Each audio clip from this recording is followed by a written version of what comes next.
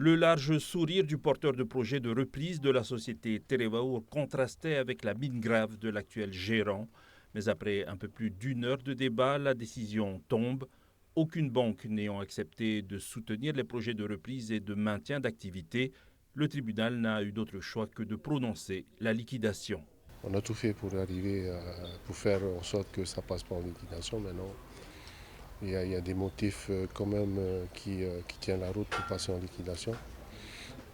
Il y a eu des éclaircissements au dernier moment sur la propriété du moteur. Puis c'est pas clair jusqu'à la fin. Le tribunal a dit OK, c'est comme ça, on tranche. Pour le gérant de la société Tereva, où la pilule est dure à avaler depuis 4 mois maintenant, il n'a cessé de se battre pour redresser les comptes de la société et sauvegarder les emplois. Depuis le début, quand nous avons travaillé sur le dossier Tereva avec toute l'équipe de direction, notre priorité c'était les salariés. Donc nous avons cherché tous les moyens pour faire repartir la société. Le tribunal nous a donné il y a un mois la possibilité un sursis d'un mois pour trouver un financement bancaire qui malheureusement n'a pas abouti.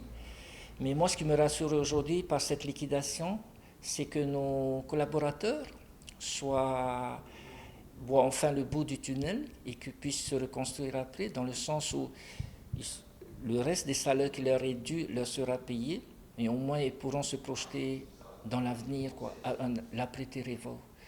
Sur les 35 salariés de l'entreprise, 5 ont déjà retrouvé du travail. Les autres espéraient encore jusqu'à la semaine dernière. Vendredi, lorsque notre gérant nous a réunis à bord du bateau du Tereva à Mouria, j'ai demandé à mes collègues d'envoyer leur CV aujourd'hui. On aurait un plan B pour un autre armateur. Donc on garde toujours espoir, on avance, c'est fini, mais on garde espoir de trouver un autre travail ailleurs.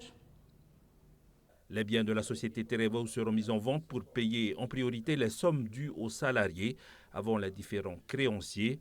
Il semblerait que le bateau soit racheté par une société étrangère et quittera définitivement les eaux polynésiennes.